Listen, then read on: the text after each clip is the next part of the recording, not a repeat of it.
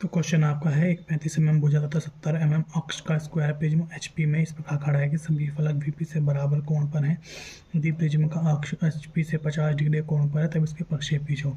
अब चूंकि ये स्क्वायर प्रिज्म अपने आधार पर HP में खड़ा है तो इसकी ट्रू शेप यानी स्क्वायर शेप इसकी HP में बनेगी और उसकी एक्सिस व्यू इसका VP में बनेगा। उसके बाद इसका हमें जो अक्ष है HP से 50 डिग्री पर यानी HP का कोण हम VP में लेंगे तो VP से हम उस अक्ष को 50 डिग्री पर इंक्लाइन कर देंगे। तो सबसे पहले हम एक XY लाइन बनाएंगे और फर्स्ट एंगल मेथड में VP ऊपर HP नीचे लेके हम इसका HP में स्क्वायर शेप बनाएंगे। अब चूँकि इसके सभी फलक VP से बराबर कोण पर दिए गए हैं तो जब भी आपको VP से बराबर कोण पर इसके चारों फलक दिए जाएं तब आप 45 डिग्री का एंगल लेके इसकी एक भुजा बनाएंगे और दूसरी भुजा फिर आप 90 डिग्री पर लेके इसको कंप्लीट करेंगे। तो सबसे पहले हमें XY लाइन खींच लेते हैं और VP HP इसमें शो कर देते हैं। अब आप कहीं भी XY लाइन पे कोई एक पॉइंट ले लीजिए और यहाँ से 45 डिग्री का एंगल हम मेजर करेंगे। अब इस 45 डिग्री के एंगल पर हम जो प्रिज्म की भुजा दे रखी है, स्क्वायर प्रिज्म की जो भुजा दे रखी है वो आपकी है 35 mm। तो हम यहाँ पे 35 mm कहीं पर भी ड्रॉ कर लेंगे। मान लिया हमने 35 mm ये ड्रॉ कर लिया यहाँ से यहाँ तक, 1 2 3, ये 35 mm आपका ये हो गया और ये एंगल आपका 45 डिग्री हो गया। ठीक है, अब बाकी आपको पता ही है कि स्क्वायर की सभी भुजाएं आपस में 90 डिग्री पर होती हैं, तो यहाँ से 90 डिग्री, यहाँ से 90 डिग्री और उसको आपस में ज्वाइन करा के स्क्वायर कंप्लीट कर लेंगे। तो इस प्रकार से हमने ये स्क्वायर ABCD कंप्लीट कर लिया। अब इसको हम नाम कर देंगे A B C and D। ठीक है, अब जब आप इस लाइन को आगे बढ़ाएंगे XY लाइन तक और इसका ये वाला एंगल आप मेजर करेंगे तो ये भी आपका 45 डिग्री ही आएगा। तो इस प्रकार से सभी फलक इसके बराबर एंगल पर यानी 45 डिग्री के एंगल पर हो गए। अब चूँकि आपका प्रिज्म है तो हमें इसका सेंटर पॉइंट निकालने की जरूरत नहीं है। सेंटर पॉइंट अपना आप ही इसके विकर्णों के प्रतिच्छेद बिंदु पर आ जाएगा। अगर हम इसको बनाना चाहें ये बहुत हल्की लाइन से हम इसको ड्रॉ कर लेंगे तो ये इसका सेंटर पॉइंट आ जाएगा आपका। इसको हम नाम दे देते हैं O। अब हमें एक्सटेंशन लाइन सभी पॉइंटों से ऊपर लेके जानी है XY लाइन तक।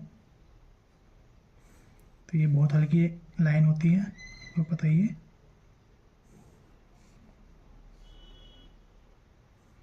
इसकी एक्सिस आपको 70 mm दे रखी है तो 70 mm हम इसकी एक्सिस यहाँ पे ड्रॉ करेंगे सेंटर लाइन की फॉर्म में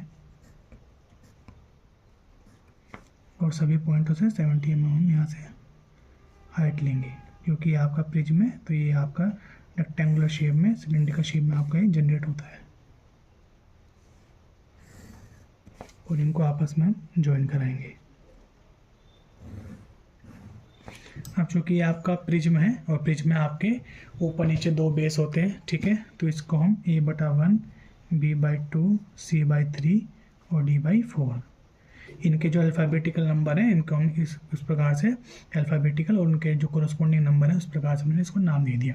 अब हम नीचे की साइड में नंबरिंग ले लेते हैं। ये आपका 4 डैश हो जाएगा, ये आपका 3 डैश ऑब्लिक 1 डैश और ये आपका 2 डैश। ऊपर की तरफ हम इसके अल्फ़ाबेटिकल नंबर ले लेते हैं। D डैश हो जाएगा, ये C डैश, A डैश और ये आपका B डैश। तो इस पर इस एक्सिस को अब यहाँ पे 50 डिग्री के एंगल पर इंक्लाइन कर देंगे। तो सबसे पहले हम एक पॉइंट लेंगे कहीं भी और इसकी जो सेंटर लाइन है इसको हम इंक्लाइन करेंगे 50 डिग्री पर, तो ये पूरा का पूरा अपना आप ही इंक्लाइंड हो जाएगा। तो इस प्रकार से एंगल हमने 50 डिग्री का एंगल लिया। कहीं पे हमने इस XY लाइन पे पॉइंट लिया, 50 डिग्री का एंगल लिया जो कि हमारे सेंटर लाइन को रिप्रेजेंट करेगा। अब ये डिस्टेंस हमने मेज़र करी तो इस कोयल को हमने इस प्रकार से इस लाइन पे एडजस्ट किया कि इसकी जो डिस्टेंस है उसका हाफ पार्ट इधर और हाफ पार्ट आपका लेफ्ट साइड में है और XY लाइन से बिल्कुल ये टच करे। ठीक है, तो इस प्रकार से आपको ये 5 सेंटीमीटर की ये लेंथ थी यहाँ से यहाँ तक, तो हमने 5 सेंटीमीटर का हाफ लेफ्ट साइड और हाफ राइट साइड लेके हमने इसको जनरेट किया। ठीक है, अब हमने इसकी जो हाइट है ये 70 है, एक्सिस की हाइट 70, तो यहाँ से हमने 70 mm हाइट इसकी सेंटर लाइन की फॉर्म में बनाई और इधर से भी 70 और इधर से भी 70, इनको आपस में हमने ज्वाइन करा दिया। अब इनके जो नाम थे ये 4 1 डैश, ये 3 1 डैश, 4 2 1 1 डैश, ये आपका 2 1 डैश हो जाएगा। इसी प्रकार से B1 dash, C1 dash oblique A1 dash और ये D1 डैश, क्योंकि यहाँ पे हमने D dash, C dash, B dash, A dash ले रखा था, तो यहाँ पे हम इसको अलग से करने के लिए साथ में इसके 1 इंक्लूड कर देंगे, A1 dash, B1 dash, C1 dash और D1 डैश। इसी प्रकार से यहाँ पे भी 4 1 डैश, 3 1 डैश, 2 1 1 डैश और 2 1 डैश। ठीक है, अब हमें प्रोजेक्शन लाइन यहाँ से नीचे लेके जानी है। ठीक है, और इनसे हॉरिजॉन्टली यहाँ से लेके जानी है। ठीक है, तो सबसे पहले हम स्ट्रेट लाइन यहाँ से नीचे ड्रॉ कर लेते हैं इन तीनों पॉइंटों से। ठीक है, अब इनके कोरोस्पोंडिंग ये जो पॉइंट है यहाँ पे नीचे प्लान के, यहाँ से हम अब जैसे ये सी का पॉइंट है, तो हमारी सी की लाइन आपकी कौन सी है, सी की लाइन हमारी ये वाली है, तो यहाँ से हम इस पे लेके जाएंगे। ठीक है, तो इस सी की हॉरिजॉन्टल लाइन ने सी की वर्टिकल लाइन को, यानी 3 की वर्टिकल लाइन को, जो कि 3 का पॉइंट और 3 की लाइन आपकी ये वाली है। ठीक है, तो इसने यहाँ पे इसको कट किया, तो एक पॉइंट आपको ये मिल जाएगा। ठीक है, तो ये 3 1 डैश था, तो ये आपका ये 3 1 हो जाएगा, 3 1। ठीक है, इसी प्रकार से अब ये वाली लाइन आपकी 2 की और आपकी 4 की है, तो 4 की लाइन आपकी ये वाली है, तो इसने इसको यहाँ पे कट किया, और 2 की लाइन आपकी यहाँ तक है, तो इसको हम यहाँ तक लेके जाएंगे, तो ये आपका हो जाएगा 2 1 और ये हो जाएगा आपका 4 1। सेम इसी प्रकार से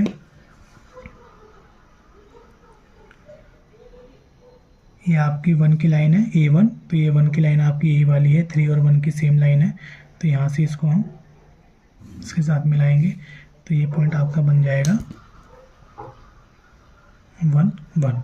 ठीक है, अब इन सभी को हम आपस में ज्वाइन कराएंगे, अभी बाद में इसको ज्वाइन करा देंगे।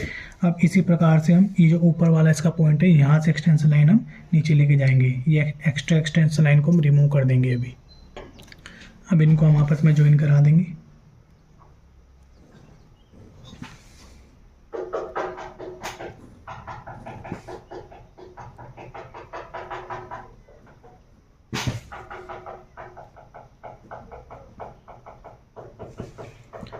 अब इसी प्रकार से ऊपर वाले पॉइंटों से एक्सटेंशन लाइन सीधी वर्टिकल नीचे लेके आएंगे।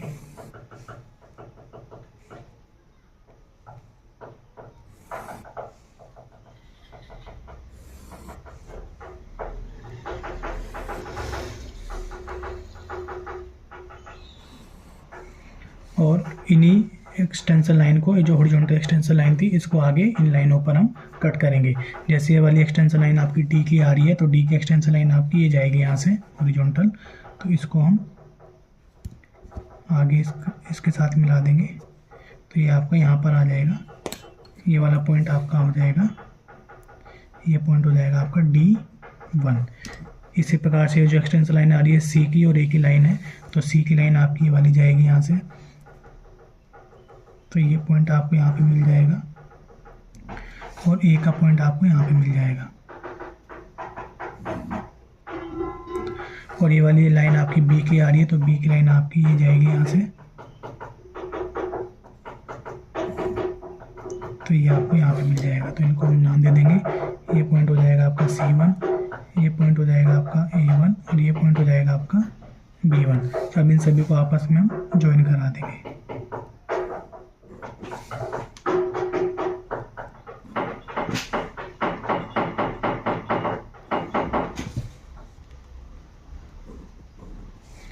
और इनको भी हम आपस में मिला देंगे।